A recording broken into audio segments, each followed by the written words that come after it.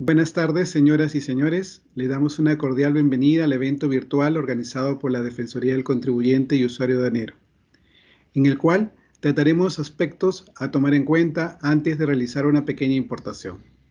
Sin más demora, invitamos al expositor Óscar Gilmalca, abogado de la Defensoría del Contribuyente y Usuario Aduanero, para que dé inicio a su exposición.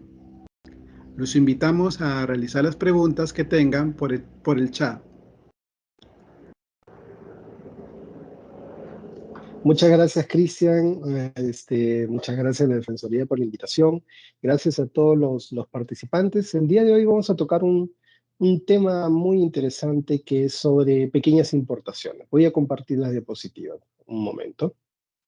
Bueno, como ustedes han podido notar durante todos estos años, el comercio electrónico ha ido en aumento, sobre todo en esta etapa de pandemia.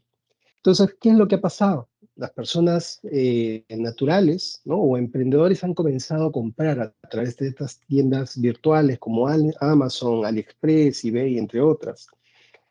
Y han comenzado a aumentar las importaciones, esas pequeñas importaciones en el país. Ahora, ¿qué trámites se tiene que hacer o qué trámites tienen que hacer esas personas que quieren comprar un producto y quieren nacionalizar ese producto del país? Bueno, hay un trámite específico que se llama el despacho simplificado de importación. ¿Qué es el despacho simplificado de importación? Una modalidad más utilizada por las personas naturales en realidad debido a su simplificación en los trámites de importación. Sobre todo porque estamos hablando de montos pequeños, ¿ya? Máximo hasta los $2.000. Y en estos casos no es necesario un agente de aduana, porque uno mismo como importador puede hacer las gestiones para poder nacionalizar su producto o aquel producto que has comprado. Ahora, ¿qué personas pueden hacer uso de la importación simplificada? Normalmente, cuando uno decide importar para uso personal, uno lo puede realizar o el trámite lo puede realizar con su DNI. Pero lo recomendable es tener el RUC, porque con el RUC te permite hacer varias importaciones seguidas sin un límite necesario. Entonces, si tú tienes RUC, tienes que ser, tu RUC tiene que estar activo, no tienes que tener la condición de no hallado ni no habido. Ahora, ¿puedes importar con DNI, carnet de extranjería, pasaporte? Pues sí se puede, pero hay ciertos límites para aquellas personas que deciden importar solamente con esos documentos. Por ejemplo, si yo quiero importar un celular de $800, lo puedo hacer y tengo la oportunidad de hacerlo haciendo uso de mi DNI solamente 3 veces al año. Pero, por ejemplo, si quiero comprar no sé, una computadora, una tablet o una laptop de $1.500, utilizando mi DNI solamente voy a poder hacer uso de la importación simplificada una vez al año. Teniendo mi RUC, no hay límite y puedo seguir importando mensualmente por el monto hasta el límite permitido, que son los $2.000, ¿no? Bajo esta importación simplificada. Ahora, en la importación simplificada, ¿qué mercancías o productos puedo importar? Por ejemplo, en el caso de los emprendedores, a veces uno como emprendedor quiere arriesgar a comprar un producto, ¿no?, de China, de Estados Unidos y ver qué tan bien se comporta ese producto en el mercado. Para ello, siempre estos emprendedores buscan un proveedor y este proveedor les envía una muestra sin valor comercial para que ellos puedan observar y ver si este producto puede ser útil en el mercado nacional, ¿no? Entonces, ¿puedo yo esas muestras sin valor comercial declararlo a través del despacho simplificado? Sí se puede. También los obsequios cuyo valor FOB no exceda los $1.000 americanos. Mercancías cuyo valor FOB no exceda los $2.000. Si ustedes se dan cuenta, hay dos diferencias, ¿no? Obsequios, si yo quiero traer obsequios, el máximo es $1.000. Si yo quiero traer otros productos que no son obsequios, el máximo va a ser $2.000 en relación al valor FOB, ¿no? También puedo traer medicamentos para el tratamiento de enfermedades oncológicas, VIH-Sida, diabetes, por un valor que no puede exceder, un valor FOB que no puede exceder de los $10.000. Donaciones, independiente de su valor, los envíos postales y envío de entrega rápida por valor FOB hasta de $2.000. Estos envíos de entrega rápida y envíos postales son los servicios más utilizados últimamente por aquellos compradores, personas que hacen importaciones pequeñas, ¿no? También están los bienes comprendidos como equipaje, ¿no? Equipaje y menaje. Los viajeros, si yo voy al extranjero y quiero traer un producto, ¿no? En mi viaje a Europa, por ejemplo, no sé, puede ser una camiseta de fútbol o que supere, por ejemplo, los $200, yo puedo presentar mi declaración simplificada para poder nacionalizar esa camiseta, ¿no? Y entre otros bienes comprendidos en el procedimiento específico de SUNAT. ¿Qué requisitos, documentos y trámites tengo que realizar para poder importar? Cuando uno importa, es necesario tener unos documentos, ¿ya? Que te puedan servir para, no solamente para presentar tu declaración simplificada, sino también en caso de algún requerimiento de los funcionarios del SUNAT o de la SUNAT, tú puedas presentarlo, ¿no? Entonces, ¿qué documentos? Son los documentos de transportes emitidos por la empresa de transportes, eh, comprobantes, facturas, tickets, boletas, u otros documentos equivalentes que te emita el proveedor extranjero, porque no necesariamente lo que te emite el proveedor extranjero va a ser similar a una factura, ¿no? Pero tienen que ser equivalentes, similares, ¿no? La autorización del sector competente. Este es un tema muy importante, porque si yo voy a traer un producto del extranjero, ¿no? Como persona natural, por ejemplo, para mi uso particular, tengo que verificar y ese producto es o no es mercancía restringida, por ejemplo, ¿no? Entonces, si es mercancía restringida, yo tengo que ir al sector competente y pedir la autorización o documentación necesaria para yo poder hacer ingresar ese producto y nacionalizarlo en el país. Carta poder notarial, si es que estás haciendo algún trámite o importación por un tercero, u otros documentos, ¿no? Que sean necesarios para poder presentarlo a la SUNAT en caso te lo requiera. Entonces, la declaración simplificada se tramita bajo la modalidad de despacho diferido y se enumera dentro del plazo de los 15 días calendario al término de la descarga. Esto quiere decir que tu mercancía llega al país y tienes un plazo de 15 días para poder nacionalizarlo. ¿Se puede prorrogar ese plazo? Sí, se puede prorrogar por un plazo similar. Ahora, ¿qué pasa si se me vencen los plazos? Bueno, si se me vencen los plazos, la mercancía queda en abandono, ¿ya? ¿Quiénes pueden solicitar la declaración simplificada? Lo puede hacer el propio importador, ¿no? Yo si quiero, puedo traer un producto de Estados Unidos, yo puedo hacer mi trámite de importación, por ejemplo, a través de la declaración simplificada. Un ejemplo, por ejemplo, el viajero, si sabe que tiene un producto que lo va a declarar y va a pagar los impuestos, él mismo puede hacer sus gestiones. También a través de los despachadores de aduanas. Aquellos despachadores de aduanas tienen que estar autorizados por la SUNAT. En este tipo de importación simplificada, no es necesario o no se requiere de un agente de aduanas. Bueno, presentada la solicitud para que se emita la declaración simplificada, el sistema informático de SUNAT, en aplicación de técnicas de gestión de riesgo, va a seleccionar mi declaración, ya sea en canal rojo o canal naranja. Si es canal rojo, implica que la SUNAT va a hacer un reconocimiento físico del producto que estoy trayendo, ¿no? Si es un canal naranja, la administración o la aduana solamente va a hacer una verificación de la documentación que yo he presentado. Entonces, ¿qué pasa si pasa por cualquiera de estos canales de control? La administración lo que va a hacer es una revisión del documento y si es necesario, también la revisión de la mercancía. Si después de la revisión de la documentación y de observar el mismo producto que has traído, por ejemplo, si yo traigo una zapatilla, en oferta, porque hay ofertas en el mercado internacional, por ejemplo, las zapatillas que pueden costar $150, a veces entran en oferta y el valor lo rebajan hasta $60, $70, ¿no?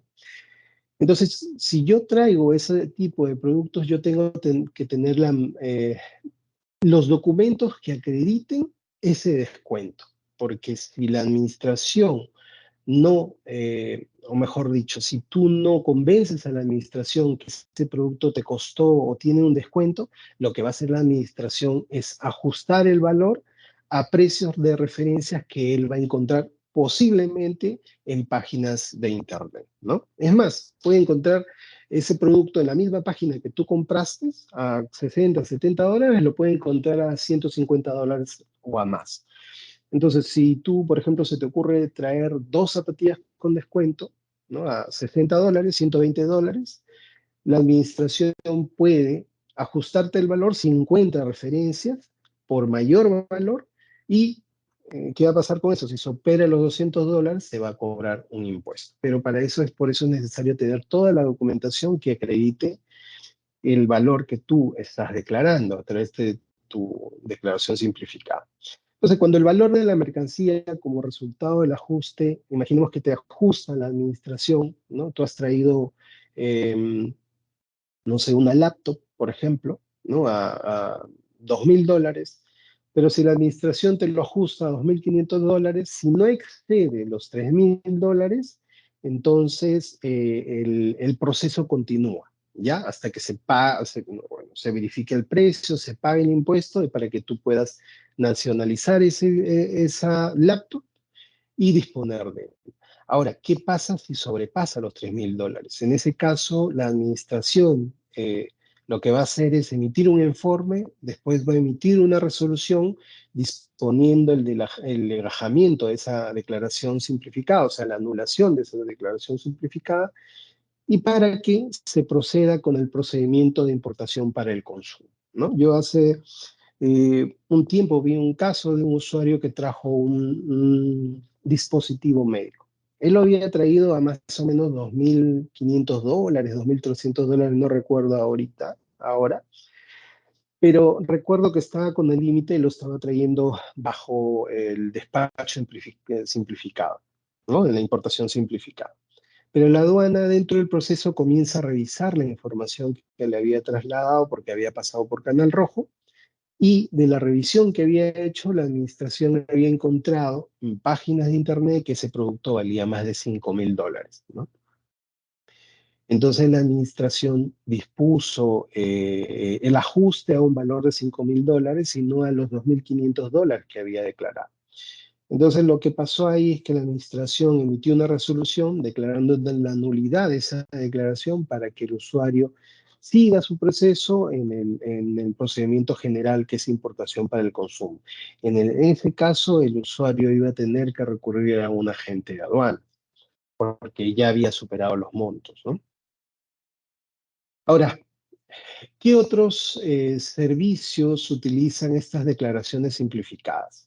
Por ejemplo, los servicios más comunes que utiliza la gente para poder importar sus productos que compran a través de AliExpress, de Amazon, de eBay, son los servicios que brindan Serpos o los courier, ¿no? Courier como FedEx y hay otras más por ahí que no recuerdo, pero son las que utilizan más los usuarios al momento de querer importar productos a través de estas páginas o tiendas virtuales.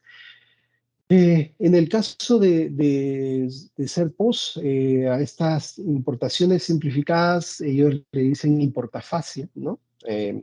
Porque ellos consideran que los trámites que se realizan a través de Serpos ahora son mucho más rápidos, sencillos, las gestiones se realizan a través de correos electrónicos y, sin embargo, como hemos comentado, existen excepciones cuando estamos hablando de productos que necesitan de autorizaciones, ¿no?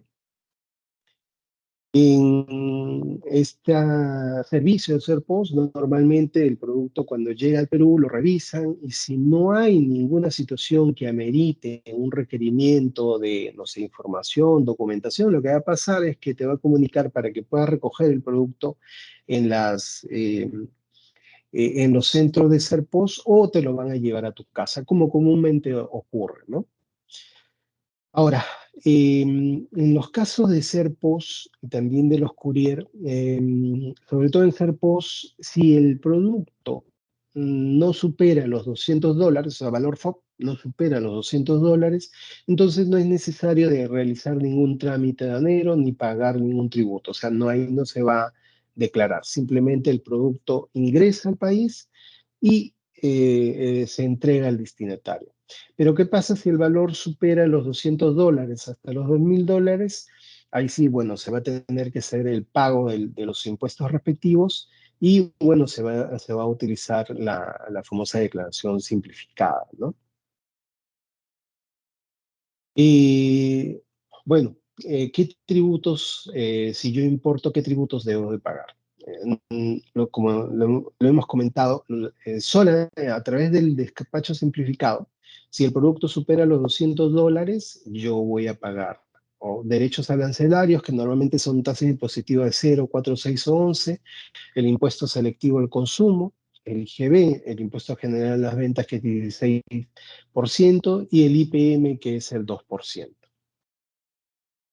Ahora, pero por las características del producto, no por el valor, ¿hay inafectaciones? Pues sí.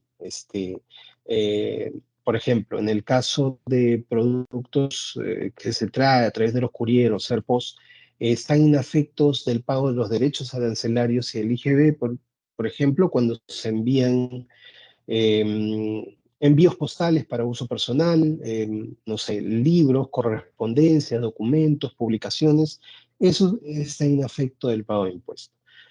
Mercancías cuyo valor FOB no supera los $200, ¿no? Como lo hemos mencionado, y en el caso de los medicamentos para tratamientos oncológicos, VIH y diabetes. Estos no tienen que superar el valor FOB. El valor FOB no debe exceder a los $10.000. Ahora, entramos acá a otro tema bastante interesante, es en el caso de los viajeros y que comúnmente, sobre todo en ellos, ocurren situaciones o incidencias bastante particulares, son bastante comunes. Cuando uno viaja, ¿no? Cuando uno decide viajar al extranjero, a veces va con la idea de traerse algunos productos de allá. Pueden ser regalos, ¿no? Para la familia o algunos productos tecnológicos que no existen en el país. Entonces, cuando yo viajo, lo que tengo que hacer, ¿no? Diligentemente es ver qué producto voy a traer. Si el producto que voy a traer está afecto al pago de tributos, bueno, yo lo que voy a tener que hacer al momento de llegar al país es presentar mi declaración simplificada y pagar el impuesto correspondiente si amerita el pago del impuesto, ¿no? O sea, si supera los $200, por ejemplo. Pero si el producto que voy a traer está inafecto, ¿ya? De acuerdo a lo establecido en el reglamento, en el artículo 9, entonces también voy a tener que ver algunas situaciones particulares, ¿ya? Porque cuando uno viaja al extranjero y compra esos productos, cuando llega al país, de todas maneras, en la mayoría de las veces vas a pasar por un control de equipaje. Si no pasas por un control de equipaje, bueno, es porque la aduana ha considerado de que tu, este, tu equipaje no tiene nada raro, ¿no? Aunque no necesariamente por el solo hecho de verte vas a pasar por un control, pero normalmente sí ocurre. Entonces, ¿qué pasa si hay incidencias en el control? Revisan tu equipaje y de repente la aduana encuentra bienes que para ellos se encuentran afectos al pago de tributos y no se ha presentado la declaración aduanera. O, por ejemplo, si tú has presentado tu declaración jurada de equipaje, ¿no? Tu declaración simplificada o declaración jurada de equipaje, y existe diferencias entre lo que tú has declarado o la cantidad o la descripción declarada, lo que va a pasar en esas situaciones es que la aduana va a incautar esa mercancía. Incautada la mercancía, la aduana te va a notificar un acta, ¿no? El acta de incautación. Y el plazo que te va a dar van a ser de 30 días. En esos 30 días tú vas a tener que hacer todos los trámites respectivos que necesitas para poder nacionalizar ese producto. El pago de tributos, pago de multas, si es necesario alguna documentación, porque el producto que estás trayendo es mercancía restringida, entonces tienes el plazo de 30 días. Claro, cuando son mercancías restringidas, normalmente al momento de presentar mi solicitud, puede ser al MTC, DIGESA, DIGEMIT, lo que va a pasar es que tú vas a comunicar a la administración para que suspendan los plazos de los 30 días. Entonces, vas a estar suspendidos los plazos hasta que DIGESA, DIGEMIT o cualquier entidad competente respecto al cual uno requiera una autorización o algún documento, va a estar suspendido hasta la fecha en la cual me emita ese documento, ¿no? ¿Qué pasa si yo no realizo ninguno de esos trámites con los productos que estoy trayendo? Entonces, la mercancía, sobre todo cuando es de equipaje, va a entrar en comiso, porque la mercancía no ha sido declarada. O sea, venció el plazo de los 30 días, automáticamente entra en comiso. Ahora, ¿por qué les decía de que hay que tener bastante, no sé si cuidado, pero sí es necesario verificar el producto que vas a traer? Les voy a hablar algunas incidencias que he podido ver respecto de ciertos o algunos productos. Normalmente a veces cuando uno viaja al extranjero, uno lo que hace es traer medicamentos para uso personal. Si uno es diabético, por ejemplo, uno se va a algún país europeo o a Estados Unidos y puedes comprar, por ejemplo, hay un medicamento que se llama Glucofy, que es para los diabéticos, ¿no? Que lo venden acá en el país, pero cuando tú lo compras afuera, el producto es mucho más barato y porque también son genéricos y lo encuentras en mayor cantidad. Ahora, ¿qué pasa? Cuando yo compro esos medicamentos de uso personal, tú vas a poder ingresar ese producto y no vas a pagar ningún impuesto, ¿ya? Porque está inafecto. Pero se ha observado en la práctica de que cuando uno viaja, a veces los familiares te piden, ¿no? ¿Sabes qué? A mí también tráeme este medicamento, tráeme esta vitamina. Entonces uno de buena fe trae esos productos, pero como no son de uso personal para ti, entonces lo que va a hacer la administración es retener ese producto. Entonces lo que vas a tener que hacer en esas situaciones, sobre todo porque en los casos que he visto no traen un producto, no traen 5, 6 y no solamente traen para una persona, sino traen para varias personas. Entonces en esa situación para que la aduana te devuelva esa mercancía, tú tienes que hacer, o la persona que te ha pedido ese producto va a tener que hacer los trámites respectivos, ¿no?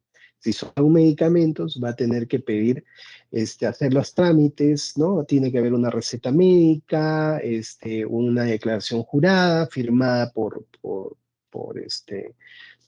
un profesional de la salud. Bueno, ya les explicaré más adelante, pero básicamente esos trámites, ¿no? Entonces, y si tú no realizas esos trámites, esos productos, esos medicamentos van a terminar en comiso. Otras situaciones o otras incidencias que estoy encontrando también es en relación a las cámaras fotográficas. A ver, ¿qué está pasando ahora con relación a las cámaras fotográficas? Antes, ¿no? Yo viajaba al extranjero y decidía traer cámaras fotográficas. Y normalmente cuando tú compras afuera tus cámaras fotográficas, te lo venden en kit, ¿no? El cuerpo de la cámara y el lente de la cámara a un precio establecido y te viene en una caja todo, ¿no? Y normalmente uno iba y traía dos kits, porque la norma me permitía traer 2 cámaras fotográficas. Sin embargo, ahora ya ha cambiado el criterio. O sea, ahora lo que está pasando es que para la administración aduanera solamente se considera inafecto al pago de impuestos si tú traes 2 cámaras, pero no estamos hablando de la cámara con sus lentes, sino al cuerpo de la cámara. Entonces separa los lentes de la cámara y respecto a los lentes de la cámara sí vas a tener que pagar los impuestos respectivo. Es un criterio que ha cambiado. Antes, cuando era kits, la aduana te aceptaba como estaba, que el producto quede en efecto y no se pagan los impuestos. Pero ahora ya no. Y eso se debe en muchos casos porque algunos de los lentes que vienen en las cámaras valen 2 o 3 o 4 veces el precio del cuerpo de la cámara. Entonces, distinto, por ejemplo, es en el siguiente numeral cuando ve una videocámara. En el caso de las videocámaras, por ejemplo, sí te ponen una característica de la videocámara, que esta no tiene que ser de tipo profesional. Como no es de tipo profesional, no genera esos problemas. En el caso de las cámaras fotográficas, sí, porque los lentes de la cámara te pueden valer $500 a $10.000. Como no te dice que no tienen que ser profesionales, entonces lo que está haciendo la aduana ahora es no pagas impuestos respecto al cuerpo de la cámara, pero sí vas a pagar respecto de los lentes, ¿no? Eso es lo que se está viendo ahora. Eh, por ejemplo, en el caso de las computadoras, a veces uno viaja al extranjero y cuando uno viaja, sobre todo cuando vas a Estados Unidos, tú siempre vas con la idea de comprar una computadora portátil, ¿no? Porque finalmente las computadoras portátiles allá son los últimos que hay en el mercado y bueno, son mejores que los productos que encuentras en el país, ¿no? Entonces, a veces uno va, se compra una computadora, regresa al país y bueno, esa computadora, no importa cuánto valga, esa computadora no paga impuestos. Sin embargo, ¿qué pasa? Ahora, como uno hace trabajo remoto, a veces uno viaja y viaja con su computadora al extranjero. Entonces viajas con tu computadora al extranjero y decides allá, por ejemplo, comprar en Estados Unidos una laptop, una computadora portátil, y te das con la sorpresa que al momento de llegar al Perú, la aduana te dice, no, acá hay 2 computadoras. Pero tú le dices, no, acá solamente una, la otra es de uso personal. Pues no, para la aduana son 2 computadoras. Tú lo que deberías haber hecho es, al momento de salir, presentar tu declaración de salida temporal de ese producto. O sea, ahora lo que uno tiene que hacer es, si vas a querer, por ejemplo, llevar celulares o computadoras fuera del país, y piensas traer esos productos y no pagar impuestos, lo que tú tienes que hacer es presentar tu declaración de salida temporal. Presentando tu declaración de salida temporal, lo que va a generar es que tú, al momento de ingresar, no se contabilice tu computadora y tu celular en tu equipaje, ¿no? Y eso es lo que tienes que hacer. Otro de los problemas que he visto también es en el caso de los obsequios, en el régimen de equipaje. A veces algunas personas viajan y traen 2 pares de zapatillas, 5 polos y así todo en oferta por un valor de más o menos $500. Entonces, cuando se habla de bienes para uso, consumo del pasajero y obsequios, por su cantidad, naturaleza, variedad, se presuma que no están destinadas al comercio. Entonces, lo que se entiende como es algo discrecional, lo que se entiende es que, por ejemplo, si yo voy a querer un obsequio, puedo traer una zapatilla, un polo y así, productos que al momento de revisarlo y verlo, uno considere que son obsequios. Pero en la mayoría de los casos no ocurre, ¿no? Yo traigo 2 pares de zapatillas, 2 pares de ciertos productos, 3 pares. Entonces ya no parece, y sobre todo de un solo producto, ya no parece que sea para obsequios, ¿no? Entonces la administración en relación a esos casos sí revisa bien la documentación que tú lo presentas y normalmente termina ajustando los precios, ¿no?, de esos productos. Ahora, otro tema muy importante, pienso yo que a veces es muy común el error de los importadores no revisar si la mercancía o el producto que quieren importar es mercancía prohibida o restringida. Por ejemplo, es prohibida, es un extracto de lo que puede estar prohibido. Hay otras cosas que pueden estar prohibidas, por ejemplo, explosivos, animales, ¿no? etcétera. Pero, por ejemplo, ropa y calzado de segundo uso está prohibido, partes usadas de vehículos también está prohibido, drogas e insumos similares, entre otras, está prohibido, ¿no? Entre otros productos como explosivos y otros, ¿no? Armas, por ejemplo, también está prohibido. Pero acá hay que tener, hay que tener en cuenta algo. Hace un tiempo tuve un caso en la cual y justo en época de pandemia, en el 2021, recuerdo, que por pandemia, creo que su familia vivía en Alemania, si no mal recuerdo, y habían comprado productos, ¿no? Ropa para enviárselo a ella y le agarra la pandemia. Entonces esos productos no se llegan a enviar al Perú. Pero ya cuando se levantan la mayoría de las restricciones, lo que hace la familia es enviarle esos productos al Perú. Pero cuando llega al país, hay algunos productos, sobre todo ropa, donde la administración le dice, no, esos son ropas de segundo uso.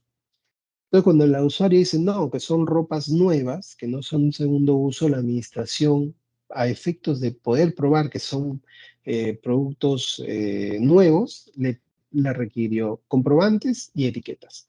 Lamentablemente, la usuaria no tenía ni los comprobantes porque ya habían pasado casi 8 meses y no tenía los comprobantes y tampoco los productos tenían la etiqueta. Entonces, así el producto pareciera nuevo, la administración no le dio la posibilidad de disponer del producto. Lo mismo pasó, por ejemplo, con hay unos polos que venden en los mercados o en otros países, jeans, polos que parecen viejos o usados, ¿no?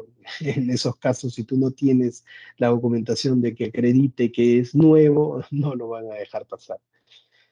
Lo mismo pasa con las mercancías restringidas, ¿no? Si yo tengo algún producto, por ejemplo, medicamentos, necesito, al ser los medicamentos mercancía restringida, necesito la autorización de la entidad competente para que yo pueda nacionalizar eh,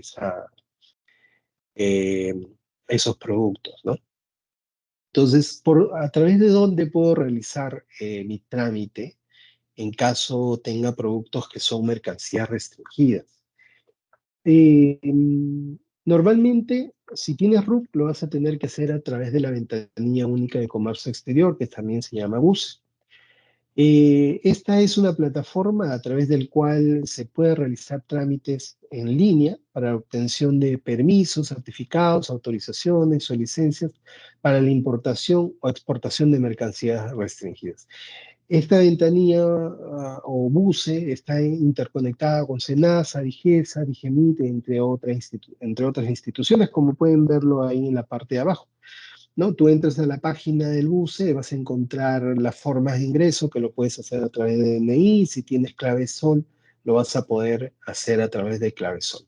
Y ahí podrás encontrar a DIGEMIT, la Dirección General de Medicamentos y Drogas, a través del cual vas a hacer tus trámites, ¿no? Para poder, te den el registro sanitario o te den la autorización para que tú puedas ingresar a algunos productos como medicamentos y otros, ¿no?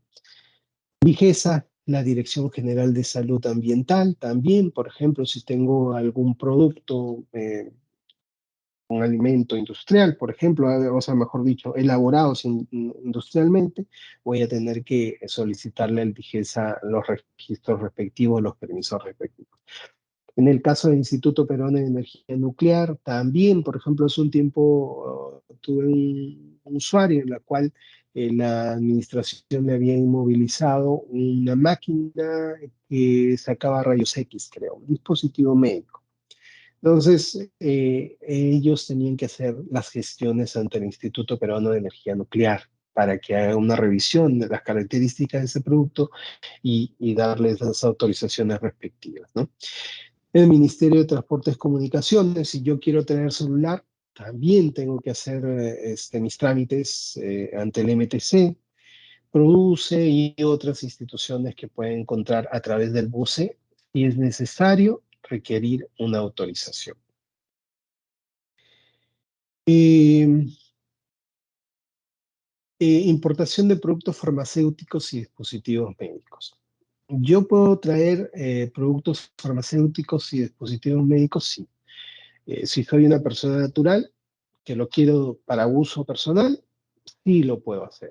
¿Tengo que hacer el trámite ante una entidad competente? Sí, lo tengo que hacer ante DIGEMIT, ¿no?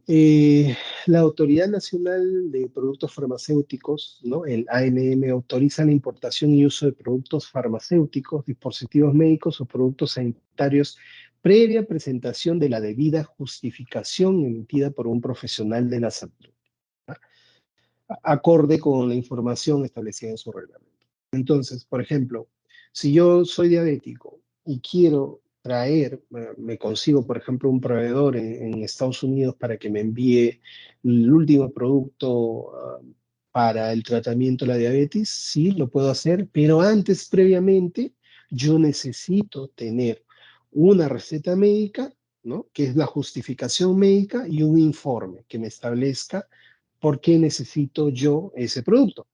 Claro, no es muy difícil para un diabético porque tú previamente te vas a hacer tus exámenes médicos donde se va a determinar que exactamente, ¿no? Tú eres diabético. Entonces, con esa información, informe médico, la receta médica, tú vas a poder hacer tus trámites para poder importar ese producto de otro país, ¿no? ¿Cómo se realizan los trámites? En la solicitud de declaración jurada, tú lo que tienes que consignar son los datos del solicitante y si hay un tercero que lo va a hacer, tiene que haber una carta por simple. Ahí tienes que juntar la justificación médica o receta médica, el informe que lo va a emitir un profesional de la salud. Estos documentos los vas a tener que presentar a través de la ventanilla del DIGEMIT. Y si eres una persona, claro, si eres una persona que tiene DNI, pero si tienes RUC, lo puedes hacer a través del bus. Yo recuerdo que hace un tiempo un usuario vino, se fue de viaje a Estados Unidos, porque en Estados Unidos había visto una máquina, no sé si era una máquina o un dispositivo médico, y en este dispositivo médico que lo había recomendado un médico, que lo traiga, lo que hacía era conectarse a ese dispositivo médico en la cabeza y ver las fluctuaciones porque era una persona ansiosa, ¿ya? Entonces, a veces esa ansiedad le producía problemas, ¿no? Problemas fuertes, entonces lo que hacía esa máquina era medir, ¿no? Cómo estaba su cerebro, cómo estaba funcionando. Y eso lo había recomendado un médico, entonces él va a Estados Unidos y lo compra. Lo compra y como era un dispositivo pequeñito, él pensó que no necesitaba realizar ningún trámite. Ingresa al país, no lo declara y cuando hacen el control de su equipaje encuentran ese producto, ¿no? Entonces la administración lo que hace es retiene el producto, le envía un acta y le dice, no, tú no puedes ingresar esa mercancía. Entonces en su desesperación, sin saber qué hacer, nos consulta los trámites que tenía que realizar y bueno, tenía que, ¿no? Presentar ante DIGEMIT la justificación médica, el informe médico y bueno, tuvo que hacer el trámite, pero a la vez se ganó su multa porque él debió haber declarado este producto y presentado también eh, eh, presentado su documento que le autoriza el ingreso a ese producto, porque más o menos le había costado unos $2.000. Entonces él tenía que haberlo declarado, ¿no? Por eso le pusieron también su multa. ¿Qué pasa con los celulares, tablets, lector electrónico? ¿Qué debo tener en cuenta si quiero traer un celular? Últimamente ha sido noticia de que los iPhone 15, me parece, están siendo retenidos por la SUNAT, ¿no? Y equipaje, ¿no? El área de la Intendencia Postal está reteniendo a los viajeros en iPhone 5. ¿Por qué? Porque no han realizado sus trámites respectivos ante el MTC. Uno piensa de que, claro, yo puedo, por ejemplo, yo viajo normalmente uno viaja con su celular personal, ¿no? Pero a veces traigo uno u otro celular, entonces como son celulares que de todas maneras se tiene que declarar porque en muchos de los casos son segundos celulares, igual estos celulares tienen que tener un permiso o un documento que se llama de homologación.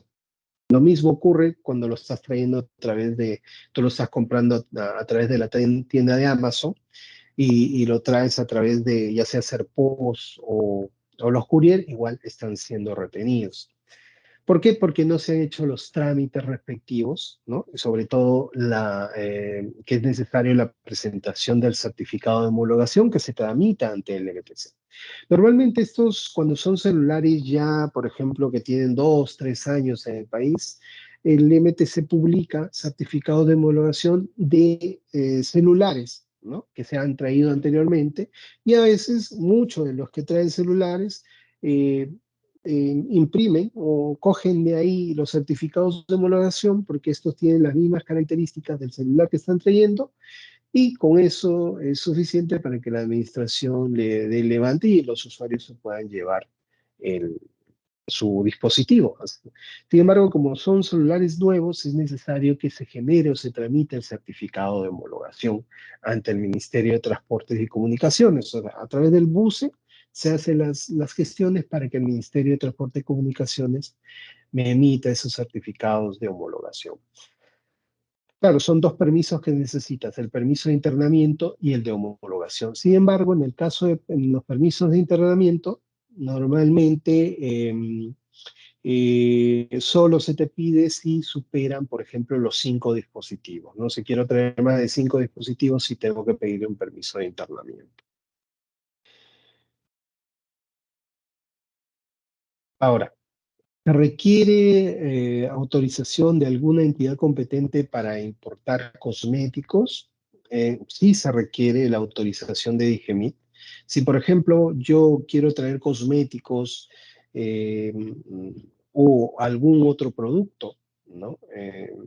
Vinculado, parecido a los cosméticos, y lo quiero para el negocio, yo voy a tener que constituir una empresa y a la vez pedir permiso para formar una droguería, ¿no? Y solamente las droguerías, que siempre tienen un químico farmacéutico ahí, pueden ellos importar esos productos y solicitar la autorización de DIGEM. Sin embargo, yo recuerdo porque hubo un problema con el tema de la importación de cosméticos de personas naturales, sobre todo porque estos productos lo traían gente bastante joven. Luego en su oportunidad vino una señora que era una mamá, una chica de 16, 15 años, que ella sus ahorros lo había invertido en traer productos de Estados Unidos que eran cosméticos y la aduana los había incautado, ¿no? Porque no habían solicitado los permisos respectivos. Entonces, hubo este problema bastante grande en 2018 y antes, pero de ahí se emitió, DIGEMIT llegó a emitir unas disposiciones para que las personas naturales, que no necesariamente la importación de cosméticos lo iban a utilizar como para, de manera comercial, sino de uso personal, estableció de que las personas podían traer esos productos sin registro sanitario, pero que tenía que ser una persona natural siempre y cuando traigan solamente 4 unidades por envío o 3 envíos en un año calendario. ¿Ya? Yo recuerdo que en su momento hubo una persona que había traído 6 unidades la aduana de esas 6 se quedó con 2 y le permitió mantener solamente 4, ¿no? 4 unidades. O sea, solamente no debe exceder de las 4 unidades y 3 envíos en un año calendario. O sea, yo puedo traer en esos 3 envíos 4 unidades. O sea, solamente me permiten 3 envíos en un año calendario y por cada envío solamente 4 unidades, ¿no? Bueno, eso es todo. Espero les haya servido. Estoy eh, a disposición para las preguntas respectivas. Agradecemos a Oscar por la presentación. Ahora vamos a dar inicio a las preguntas. Una pregunta que hemos recibido es la siguiente. ¿Puedo importar celulares genéricos sin marca conocida? A ver, el problema de los celulares genéricos es que en su mayoría normalmente los traen de China y no tienen marca, ¿ya? Me los va a aceptar primero. Para que tú puedas importar celulares genéricos, tiene que pasar por un primer filtro, que es el Ministerio de Transportes y Comunicaciones.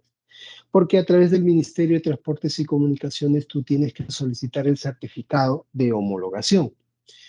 Entonces, ¿qué pasa si yo presento mi solicitud para que me emitan el certificado de homologación? Si es que no tiene marca y modelo ese celular, ¿no? Ese celular genérico, lo que va a pasar es que el MTC no me va a emitir el certificado de homologación y sin el certificado de homologación ya no se va a poder nacionalizar ese producto. Ahora, ¿qué ocurre? He visto también situaciones en las cuales se utilizan celulares genéricos y cuando se envía la información al MTC para que te emita el certificado de homologación, algunos se está utilizando como marca y modelo, sobre todo marca algunas características del celular. Entonces lo que hace el Ministerio de Transportes y Comunicaciones, que recibe esa documentación y el documento técnico del producto, porque de todas maneras todos los productos tienen documento técnico, lo que hace el MTC es emite ese certificado de homologación. Sin embargo, con ese certificado de homologación vas a tener que pasar por un segundo filtro, que es la administración tributaria. Entonces he visto que en algunos casos la administración tributaria, ¿no? Al verificar, por ejemplo, el producto, se da cuenta de que el certificado de homologación establece como marca no, no una marca en sí, sino utilizan como marca algunas características del celular. Entonces, lo que he visto, y por las coordinaciones que yo hice en su momento con la administración, es que en esos casos el MTC hace una consulta al MTC, o sea, la administración aduanera, al ver esa situación, le va a requerir al usuario el certificado de homologación de ese producto porque consideras de que ese no es una marca, sino es una característica, pero a la vez la administración hace las consultas a la MTC para ver si eso que para la administración aduanera es una característica del celular y no una marca, ver si es que realmente el MTC se dio cuenta de esa situación y lo que busca la administración es que le confirme si es una marca o no. La respuesta del MTC en los casos que he visto, o en el caso que he visto, es que cuando el MTC emite ese certificado de homologación, lo que hacen ellos es hacer una revisión de la información que te envía el importador, más no hacen una revisión física. Entonces, como no hacen una revisión física, lo que dice el MTC es, si la administración encontró esa situación, es necesario de que el usuario pueda tener algún documento emitido por el proveedor de ese producto que acredite o señale de que ese es la marca, ¿no? A menos que esté esa marca, supuesta marca, rotulada en el empaque o en el propio dispositivo, ¿no? Entonces, como te das cuenta, el MTC lo que señala es, como ellos no pueden ver de manera física el producto y solamente reciben información del usuario, si es que en caso hay alguna duda de la administración, el usuario tendría que presentar algún documento del proveedor, ¿no? O de la empresa que comercializa directamente este celular para decir que ese que parece característica del celular en realidad es una marca. Solo así se podría importar aquellos celulares genéricos. O sea, mejor dicho, tiene de todas maneras esos celulares genéricos que tener una marca y modelo. Si no, no va a pasar el primer filtro que es el MTC, ¿no?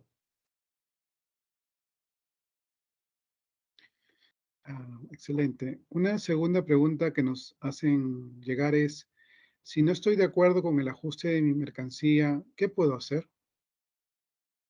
Claro, hay que recordar que la administración, cuando tú presentas tu declaración simplificada, por ejemplo, la administración puede dudar del valor que tú estás declarando en tu declaración simplificada, ¿no? Por ejemplo, eso ocurre mucho con zapatillas, sobre todo porque hay zapatillas que tú lo ves en el mercado que cuestan más de $100, $120, hasta $200, pero tú terminas declarando $80 porque conseguiste una oferta.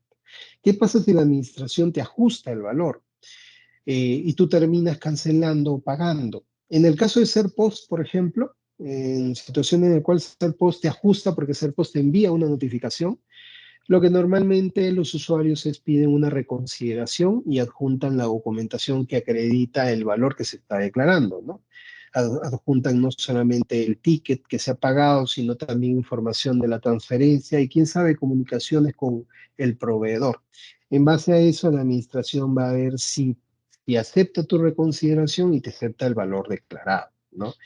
En otros casos, courier o despacho simplificado, por el tiempo que a veces pasa, en el cual tú solicitas que te acepten el valor, tú terminas cancelando el monto para poder obtener tu producto. Entonces, la única manera para poder, si es que no estás de acuerdo con el ajuste, es solicitar la devolución de ese monto que tú has pagado en exceso, ¿no? Y discutirlo dentro de un procedimiento no contencioso primero y contencioso después, ¿no?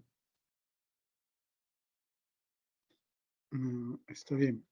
Hay otra pregunta que dice, eh, ahora que se ofrecen transporte sin costo en algunos envíos tipo Amazon, ¿tendrá esto impacto en la revisión que hace aduanas? Y ahí hay que tener mucho cuidado, sobre todo por el tema del límite, ¿no? De los $200, valor FOB. Cuando hablamos de valor FOB, se supone de que al momento de tú comprar ese producto, tú vas a asumir no solamente el valor del producto, sino también el envío, el transporte y si hay seguro también. Entonces, cuando hablamos de $200 valor FOB, se supone que es no solamente el producto, sino también el valor del transporte o garantía de lo que haya para poder sumar como valor FOB. Entonces, en base a eso, tú tienes que decir, son $200. Pero si por ejemplo Amazon te está diciendo que no vas a pagar el envío, ¿quién asume el envío? Amazon. Si es Amazon el que asume el envío, imaginemos que tú le compras a Amazon un producto que vale $190 o $195, entonces puede que la administración diga, no, pero acá tú no estás asumiendo el costo del envío, del transporte, por lo tanto te voy a ajustar. Y puede que en esas situaciones genere estos problemas, ¿no? Que termine la administración ajustando precios y tú termines pagando los tributos pensando que al no superar los $200 no ibas a pagar el impuesto. Hay que tener en cuenta que es en base al valor FOB. Acá hay una última pregunta que nos hacen llegar. Dice, ¿puedo pagar mis compras con la tarjeta de crédito de un familiar? A ver, lo que se recomienda, y sobre todo por algunos requerimientos que hace la administración, si por ejemplo si está dudando del valor o si se requiere ese producto alguna autorización de una institución es que, y sobre todo para temas de ajuste, es que tú hagas el pago con tu propia tarjeta, ¿no? Porque finalmente si la administración te quiere ajustar, por ejemplo, el precio de tu producto, lo que tú tienes que acreditar es que primero el precio que tú estás declarando es cierto en base a alguna documento, factura o comprobante, y segundo, que tú has hecho esa transferencia, ¿no? Entonces, si tú estás utilizando tu tarjeta de crédito, por supuesto que ahí se va a acreditar, sobre todo cuando hagas la impresión de tu estado de cuenta de que ese producto lo has cancelado tú. En cambio, si es una tarjeta familiar, bueno, vas a tener que demostrar eso, que es una tarjeta familiar y que en realidad tú lo utilizas, entonces es una situación bastante compleja, ¿no? Y complicada. Yo creo que lo recomendable es que utilices siempre para estas compras tu propia tarjeta de crédito, ¿no? Gracias. Acabamos con las preguntas que hemos recibido. El expositor ha cumplido con dar respuesta a las mismas agradecemos su participación. Bueno, agradezco mucho a la Defensoría por la invitación para dictar esta pequeña charla y muchas gracias a todos. Señoras y señores, llegamos de esta forma al fin de la charla virtual aduanera. Buenas tardes.